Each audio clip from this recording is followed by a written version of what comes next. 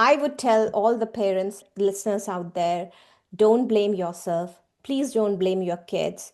Build a system that protects digital well being because it's the deepest act of self care in today's loud, tech saturated digital world.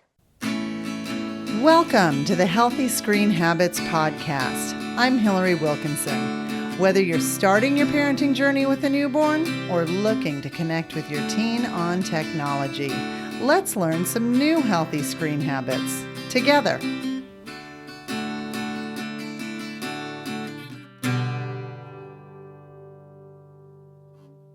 My guest today knew all about the ongoing mental health crisis in youth and wanted to find out how to prevent it. Through her research, she was able to find factors that could reduce mental health risk.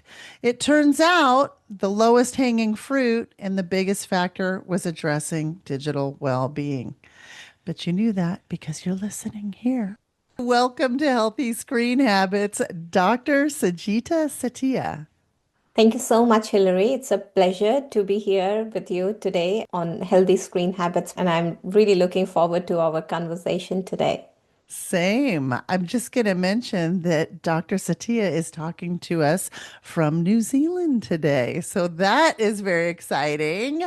And Sajita, you have clearly made a big splash in the pond of digital wellness. You've presented all over the world and are passionate about helping families and schools raise resilient, balanced young people in a world of constant screens. What led you to this line of focus? How did you get to be this digital well-being expert? So my story is to some extent similar to your story, Hillary. It also began during the pandemic in my own home with my preteen, who is now 15 years old. It was a challenging time for everybody with virtual learning, and my husband had to be in Singapore at that time for some clinical program. So I was all alone with two kids, managing work, family, everything, virtual learning. My son, who was 11 at that time, he used to play chess a lot. He was never into other video games, and I felt okay, chess is good, online chess. And during pandemic, it was of course online because that's how he was playing with his friends, with bots, and he would spend hours on chess. So I spoke to physicians, teachers, chess coaches, and they're like, it's okay, it's good for him, it's good for his brain. But I noticed mood changes, behavior changes, which many just attributed to growing up, puberty. And I felt no, there is a tension between what we call good screen time. It doesn't really matter what they watch because chess is supposed to be good and what I see in real life. So I made some changes because, they say mom knows the best. I'm like, no, something is wrong. It's sleep disruption for sure. And I saw big improvements, not just in his mood, but in terms of, conflicts that we would have around screen time, relationships. And then I started researching. I got really passionate about it. I started partnering with universities and schools, and I'm an implementation science expert. There is a clear link between the mental health crisis that we see and poor screen habits, but it's so underspoken. And I think if we can just target that, I'm not saying it's the only reason. There are socioeconomic aspects, there are other aspects, family values, the other support that children get. But if we can get address digital well-being, we have conquered, I would say, 90% of the battle. It's easy to address, it doesn't cost anything. All it needs is proper education, personalized program at times, but most of the times in most of the families, it can be solved and it would make everybody happy. It will resolve conflicts, most of the conflicts as I see around, especially starting with preteen years when children they want their own independence and they have their own moods. And unfortunately that's the time most of the families would provide a cell phone, a smartphone to children. It's a very tricky situation. You see, they are going through puberty, they are being defensive, and they are given something which they don't know how to handle. I would tell all the parents, listeners out there, don't blame yourself. Please don't blame your kids. Build a system that protects digital well-being because it's the deepest act of self-care in today's loud, tech-saturated digital world. I love that. I love that phrase. Yeah. And I think what you're talking about is very identifiable to anybody who has lived through tech withdrawal or a tech Mm. meltdown. They've seen it in their own house where the outsized emotional outburst from just withdrawal of tech. And I love how you provide this translational piece between the research to practicum, what people can do. So, do you have any top tips in making the biggest difference as far as managing these behaviors? Absolutely. So, in my workshops that I conduct with children, I teach them through games. Children love games. So, I tell them the game rule is name it, move it, time it. So, we are competing with technology. And if we just give up and just do whatever technology is designed to do, we can never win because the apps are designed to make us lose track of time. And this happens with everybody. It happens with me, it happens with you. And imagine children where their brain is not developed as much as ours. And they're still learning a lot of things. Self esteem, online comparison is so strong. It's hard for them to differentiate what is fake and what is real. Technology is always going to win. So let's frame it as a game and let them know all through this time you have been playing without any game rules. And Mm, your opponent, which is the technology, has all the cheat codes, knows all the strategies. Of course, you will lose.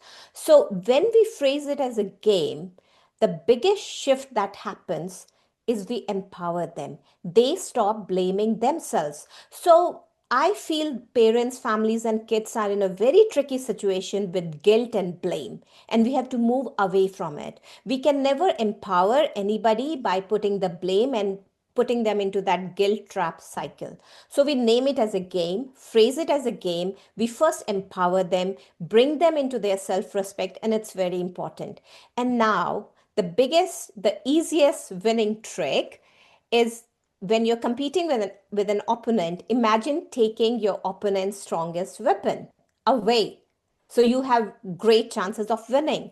Now, technology as it's designed to make us lose track of time, we need to keep it out of sight when we are doing any focused work, learning a skill, doing homework, family time, and especially when we are sleeping. I mean, it doesn't work in most of the cases. Even with adults, we say, okay, phone is alarm. I can put it on flight mode, on silent. It's a temptation. We hmm. don't let our kids sleep with candies when they're toddlers. We take candies away, we put them away, we give them when it's the time. So, visibility drives temptation. So, these were the simple rules that I started with in my family that changed our dynamics. And even it helped me form better relationships with my partner, with my children. We take out the guilt trap and we prioritize family time. We keep the temptations away. So, phone parking during bedtime, everybody's phone needs to go at a proper parking place. It's not just kids, it's also adults. So, we are role models. So, kids would end up modeling our behavior. And then we time it. So, name it, it's a game. Okay, we are playing against technology. Technology can be a tool, but we should not let it become a trap. We move it out of sight, and then time it. So, it's protection, it's not a punishment. Timing it, we have to phrase it as a protection. Decide the time before you start, use a timer, and you need your parents sidekick to help. It's one team. It's not our child versus technology. It's the family versus the algorithm, which is so strong. So the family has to be together. So if a child wants to watch, let's say, YouTube, We can agree, okay, you have done your homework, you have done, we are not saying no, technology is bad, because then all the other kids are doing, and our kids, we would end up spoiling our relationship because we would come there as a dictator, which we definitely are not. It's just the connection and communication has to be really done in a proper manner. And we can agree, let's say 30 minutes timer on, but the device stays in a shared place, like in a living room, not in the bedroom, because we need to be careful what we are watching, what is being fed. To some extent, we can control, but the easiest way is to put it somewhere in the living room. And then again, at dinner, at bedtime, we have our devices parked at one place. The main point is taking away the word addicted.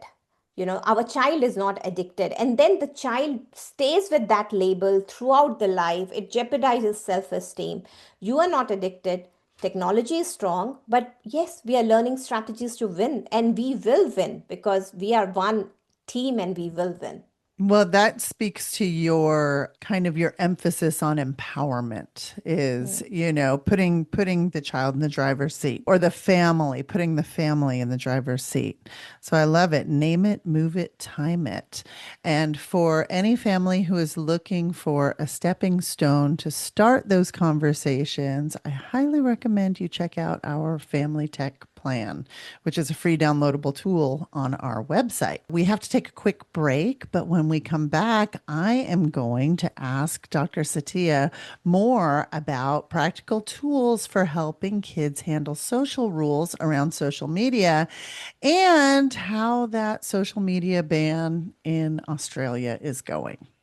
Diving into the world of smartphones can be a wild ride for kids and parents alike. Whether your child is getting their first smartphone or has had one for a while, chances are they're still figuring out the do's and don'ts of using a smartphone wisely. Our book is here to help. Healthy Screen Habits for Tweens and Teens, a training workbook to help you use your phone wisely, is the tool your child needs to navigate life in the digital world. From tackling poor phone etiquette to addressing social media anxieties and online safety concerns, we have your child covered. Written especially for adolescents, we've put together all the information, tips, hacks, and rules to ensure that your child's phone is a useful tool that they control, not the other way around. We explain the whys behind the rules of phone use. We show your child the possible traps and dangers to watch out for, how to prevent them, and how to fix them if your child has made a mistake. We give your child the 5 core healthy screen habits to use daily, protecting them from some of the worst mistakes tweens and teens make while using their phones. This workbook will teach your child how to use their phone as a tool to help them do great things in their one amazing life, and it will make your life so much easier at the same time. Packed with colorful graphics and easy to read content,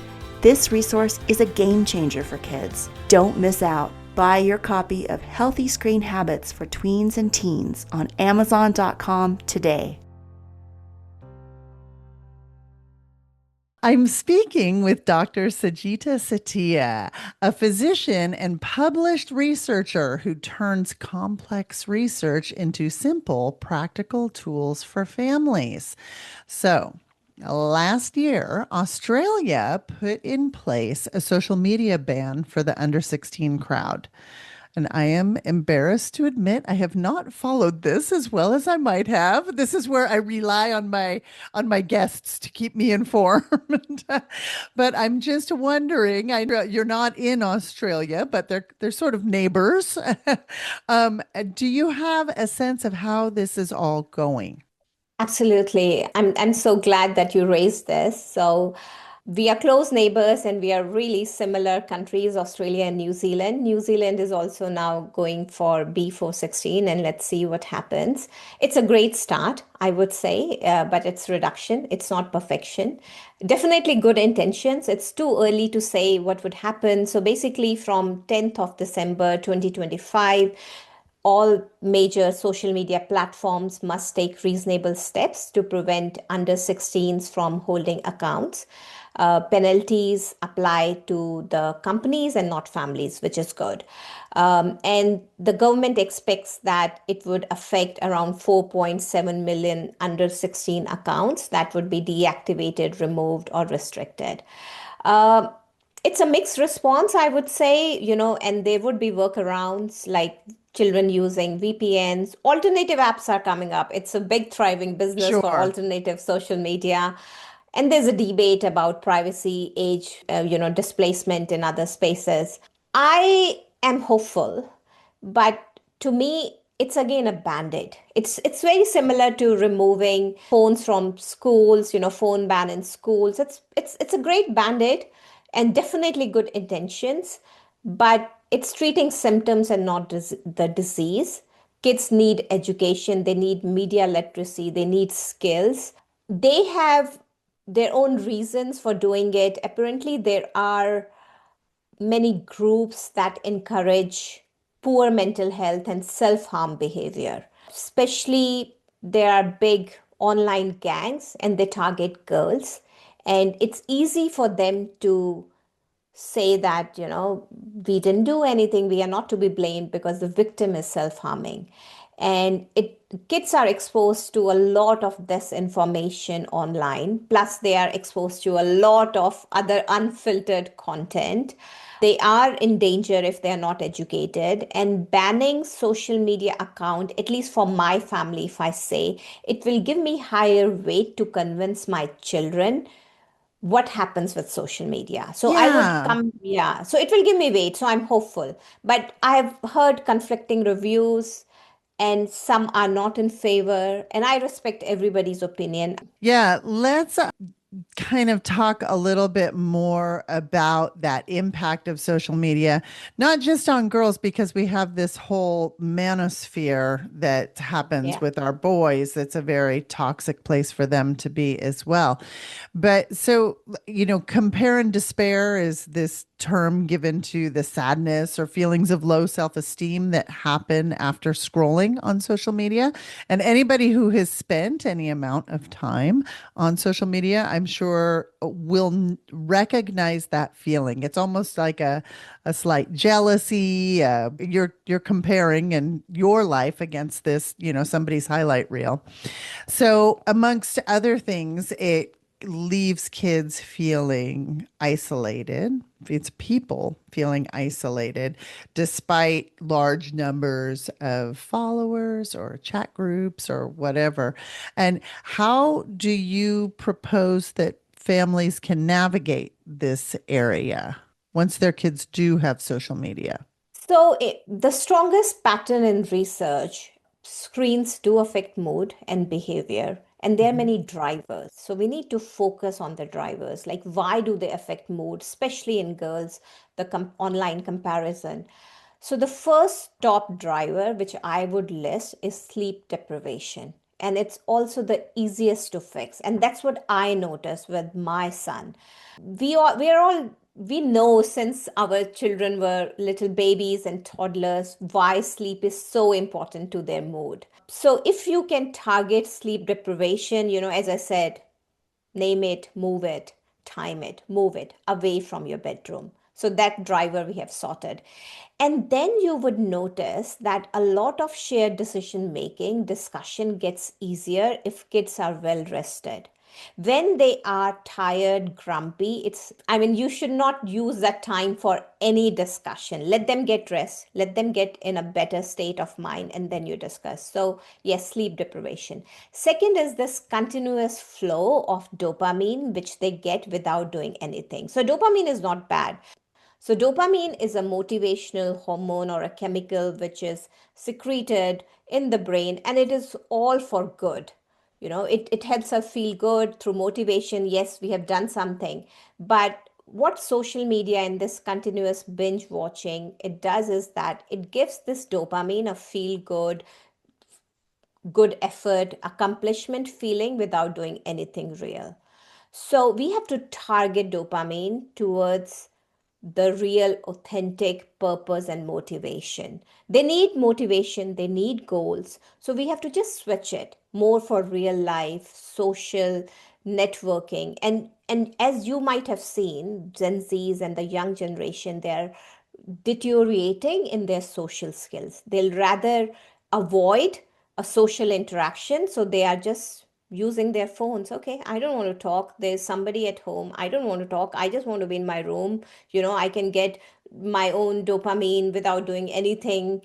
The third, as you pointed out, is the negative comparison, which affects girls way more. So the problem, everybody would debate, some people would say, oh no, social media is all good. The bans are just brainwash. So they need to be on social media to face the real life. True. But social media is basically designed for adults, and it's getting stronger, faster day by day with all the AI tools to hook our attention. And they are making money, they run ads. So we lose our time, focus, productivity, and we are a target. So once we educate children, they want to protect themselves. At the end of the day, they are a target. So you have to be mindful of your time, because if you lose your time and your mood, you are losing and technology is winning. But the research also points out that all the negative effects for social media, they affect young girls way more than boys. I would agree. It's biology. But then also, we have to keep in mind boys are not so generally clingy towards Instagram or social media. They are more happy with YouTube shorts, online gaming, Roblox, Fortnite. And again, those online gamings are also nowadays powered by AI. So, for the experience, and sometimes they show all the violent content and inappropriate, they are not filtered. And at times, grooming on also happens online. There are also threats, but I don't think they are to the extent that our children lose confidence, self-esteem through binge use, or I call it as a doom scrolling. So doom scrolling is basically anything that makes you lose track of time, you lose your confidence, your self-esteem, negative comparison. And as you said, they end up comparing their real life with somebody's filtered life. So it's not real. Yeah. And of course, emotional overload also, especially in girls. So we need to target individual factors, and these behaviors are, they vary from family to family. In some families, I would say even boys are into Instagram. It's less common, but it can be seen. In general, I would say boys are into video gaming. They lose track of time. They have a laptop. I mean, of course, they may say, oh, I need it for schoolwork, but they are on Roblox or Fortnite at night. And it's very common. And I just go around and talk to kids. And many of them, they confess, yes, I wake up, I can't sleep at night. I sleep like 1 a.m., 2 a.m. I'm playing video games. No, my parents don't know. And of course, the child is saying, yes, I went to bed at 9 p.m. or whenever we went to bed. And the child is grumpy, and parents are like, what's happening? Right. So when we Because that say, just yeah, going to bed does not mean going to sleep. yes, That's why we have to absolutely. remove technology from the bedrooms. Absolutely. It's the easiest thing to do. It just needs some convincing. And again, convert doom scrolling into intentional bloom scrolling. You can also learn a lot online. Hmm. A lot of learning is happening online.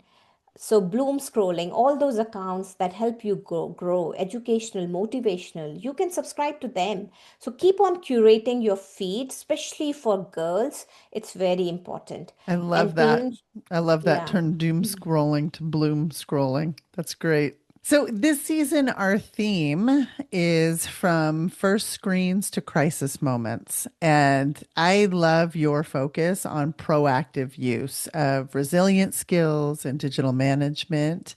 And I think in employing the management component, the goal is not to reach those crisis moments or to help people through the crisis moments. And I know you have some great emotional intelligence tools that you recommend parents teach. Could you share a few of those? Yeah, absolutely. So one of them is basically the the triangle, the bidirectional relationship between thoughts, feelings, and behavior. Often we are not aware of what we are thinking or what brings about change in our thought processes. It's mindfulness, it's meditation. I'm sure experienced meditators can recognize their negative thinking pattern in seconds or minutes. But for most of us, especially for children, they are never aware what's going on in their head. And oftentimes we see a lot of somatic or the effects on body. So yes, they have upset tummy, they have a lot of physical pain, but you can't really trace out what's the cause. It's anxiety. And I would say most of the problems in young people are related to low mood, depression, anxiety. It doesn't look like that. They're still high functioning. They are quite competent, but unfortunately, we don't know what's going on in their head. So teach the triangle to your children. Ask yourself what you're feeling. And after you have sort of determined what you feel, go back and ask yourself, what were you thinking? And then ask yourself, why was I thinking that? If they're spending too much time on social media, it's quite obvious they're being affected, especially if they're posting, what's the traction of my photo that I posted? Oh, my friend got these many likes, or this boy commented. So these things are really important for a child to know. And again, reinforcing its filtered life and giving them purpose, passion in life basically deviates the online pull that we see. And there are studies to support that. So children who have a higher purpose related to offline life, of course, they don't get affected by the likes and the comments and the negative comparison. They are more focused about achieving their goals. So connect your child with a higher purpose. You are sent to this world to bring about a change, and just keep them away from the attraction that is shown in the fake world. We are not going to compare a fake world with a real life. And this is basically, as you said, emotional intelligence, where we use feelings as a dashboard. So feelings can predict everything. And I would say try not to focus on behavior, because behavior is just an iceberg. What's going on in their head, within their body, is really complicated. When they are in bad mood, that's not a time for a conversation. Let them get good rest, and then build a connection. Do something together. It could be cooking. Involve them in household work, but be there with them. Not just delegate. We are together as a team. Use technology mindfully in the right way, but your life is all about giving the best to yourself and others. And that's how we can protect our kids. Curating is really important to get away from binge scrolling. So clean up what your brain is consuming, unfollow or block or mute the accounts that make you feel not enough. Follow the creators that help you learn, feel calm, and build skills. There are also really great teen role models who talk about, environment. They talk about really great bringing difference in the world, bridging the rich-poor gap, giving to this world. So they can also follow those accounts. So unsubscribe from those rabbit hole channels which are just meant to make you feel that you're not good enough, compare, the body image, and subscribe to the ones that help you teach and grow and inspire. Lovely. We have to take a short break, but when we come back, I am going to ask Dr. Setia for her healthy screen habit. Need a fun school assembly that provides research-backed content, actionable tips, and great presenters? Look no further. Healthy Screen Habits presents digital wellness material for all ages in developmentally appropriate, interesting ways that encourage kids of all ages to make good digital decisions, create lasting healthy screen habits, and learn safe methods of dealing with sketchy content. We have assemblies or in-class visits for all ages and stages. Give your school the best foot forward on digital wellness by reaching out to us at healthyscreenhabits.org. Click the Book a Speaker button and let's chat. I'm speaking with Dr. Sajita Setia, all the way from New Zealand. On every episode of the Healthy Screen Habits podcast, I ask for a healthy screen habit. And this is going to be a tip or takeaway that listeners can put into practice in their own home. What's yours? I'm glad you raised it. And I would say one tip which can change your family dynamics for good is focusing on your child's sleep. It's the biggest asset to their productivity and happy mood for them to thrive in life. Focus on their sleep.